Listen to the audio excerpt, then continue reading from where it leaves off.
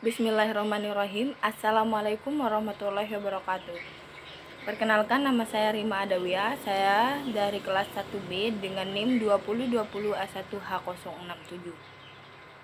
Di sini saya akan mendeskripsikan permainan tradisional dari daerah saya, tepatnya di daerah Kabupaten Sumbawa Barat, yang bernama permainan kelar. Permainan kelar ini terdiri dari alat dan bahannya seperti parang, pohon pelindung, pensil, dan gergaji kecil. Cara membuat permainan kelar ini adalah: langkah pertama, sediakan parang dan carilah pohon pelindung di sawah yang berbentuk lurus. Mendapat kita buat permainan kelar tanpa ada unsur bengkok, dan carilah pohon pelindung tersebut yang kuat supaya kelar tersebut tidak mudah rapuh saat dimainkan. Yang kedua, potonglah kayu tersebut sesuai selera, yang dimana sudah diberi tanda oleh pensil untuk mengukur dan memotong sesuai besar dari kelar tersebut, yang dimana ibu dari kelar tersebut memiliki postur yang lebih panjang, sedangkan anak dari kelar tersebut memiliki postur yang lebih pendek dari ibu si kelar tersebut. Langkah ketiga yaitu, setelah itu ratakan sisi kelar tersebut agar tidak menimbulkan ketajaman yang dapat membahayakan sang pemain dan dapat mempercantik si kelar tersebut. Setelah itu, buatlah lubang di tanah sesuai dengan besar dan lebar dari kelar tersebut. Kita buat lubang dari tanah tersebut untuk memasukkan kelar dan anak kelar tersebut. Nah, langkah kelima, permainan kelar tersebut siap dimainkan. Cara bermain permainan kelar ini yaitu: 1. Carilah teman yang sekitar 4, 6, atau 8 orang, yang dimana dapat kita bagi untuk membuat kelompok. Kelompok tersebut dapat menciptakan kerjasama. Lalu kita melakukan home pimpa dari kelompok yang sudah kita bagikan. Dan tentukanlah pemain siapakah yang terlebih dahulu yang akan bermain, apakah permainan dari kubu A atau dari kubu B. Langkah selanjutnya, setelah menentukan pemain, maka permainan itu siap dimainkan dengan cara permainan dari kubu A akan bersiap untuk diserang oleh pemain dari kubu B.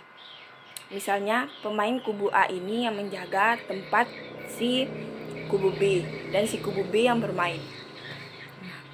Permainan pertama dari kubu B akan melemparkan anak kelar tersebut sejauh mungkin supaya anak kelar tersebut tidak dapat ditangkap oleh kubu lawan, yang dimana apabila kubu lawan yang menangkap anak dari kelar tersebut, maka kubu lawan akan mendapatkan poin dari kubu A, dan kubu A akan kehilangan kesempatan untuk bermain dan akan digantikan oleh pemain lain dari kubu B. Dan kubu A siap berjaga kembali. Misalkan kubu A tidak dapat menangkap anak kelar tersebut, maka pemain dari kubu B akan melanjut bermain dan menghitung jarak dari lubang tempat si ibu kelar tersebut berada. Misalnya ibu kelar terdapat di dalam lubang tersebut, dan anak kelar itu yang dimainkan oleh kubu B itu dilempar ke jauh, maka akan dihitung menjadi poin dari kubu B. Lanjut dan menghitung jarak dari menghitung jarak dari si anak kelar dan si ibu kelar.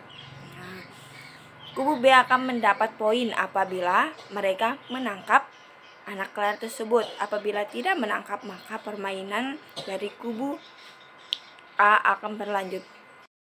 Kemudian permainan siap dilanjutkan dengan teknik yang kedua.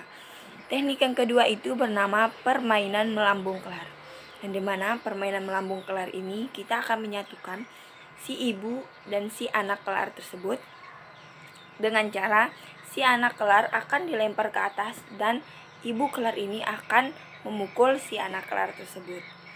Nah, di saat ibu kelar memukul anak tersebut, kubu yang masih menjaga akan menangkap si anak kelar tersebut. Apabila ditangkap, mereka akan mendapatkan poin. Tetapi apabila tidak ditangkap, mereka tidak akan mendapatkan poin. Dan kembali lagi ke si yang melempar anak tersebut akan mendapatkan poin.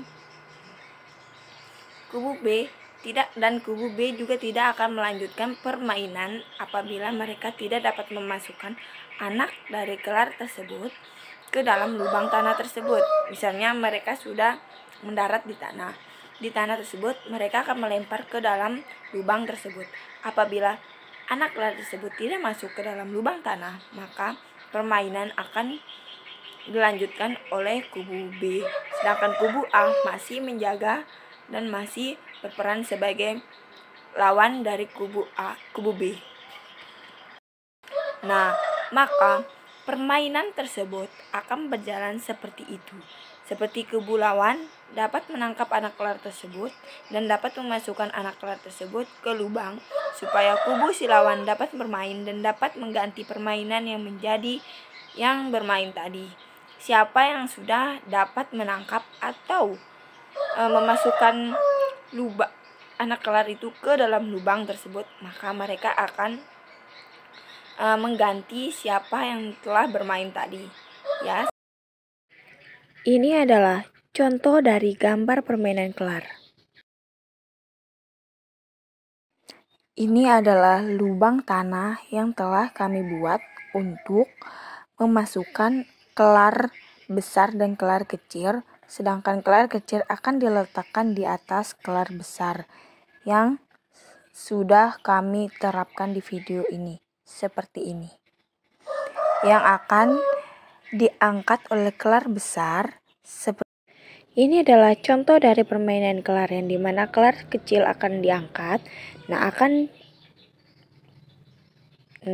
akan dilempar ke dalam lubang, tetapi tidak dapat dikenakan oleh kubu lawan.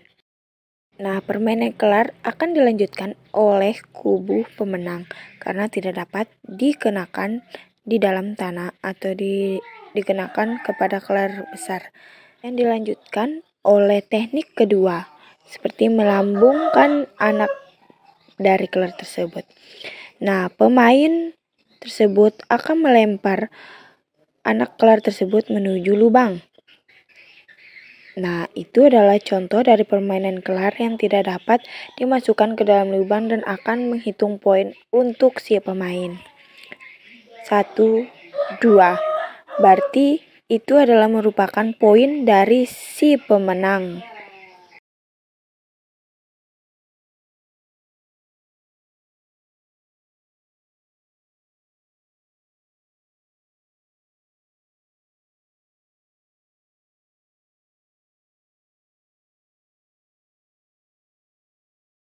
Filosofi dari permainan kelar. Permainan kelar adalah permainan tradisional yang berasal dari Sumbawa yang dimana sangat berkembang di Sumbawa Barat. Permainan kelar ini adalah permainan yang melatih kerjasama, kemudian permainan yang melatih kesabaran, yang dimana kubu pemenang akan memainkan permainan yang dimana pemain akan melemparkan kelar tersebut yang tidak dapat disangka oleh kubu lawan, yang dapat mengenakan pipi, muka, dada, dan bagian kepala yang dapat menimbulkan benjol. Nah, permainan kelar ini menguji permainan untuk senantiasa bersabar, untuk diuji kelincahan dan fokus ke depan. Permainan ini dapat diaplikasikan oleh anak-anak karena permainan ini bersifat seru dan dapat mengajar berhitung si anak dalam menghitung poin tersebut. Permainan ini bersifat berkelompok karena di saat pemain hanya berjumlah 2 orang, maka pemain tidak akan berjalan dengan seru.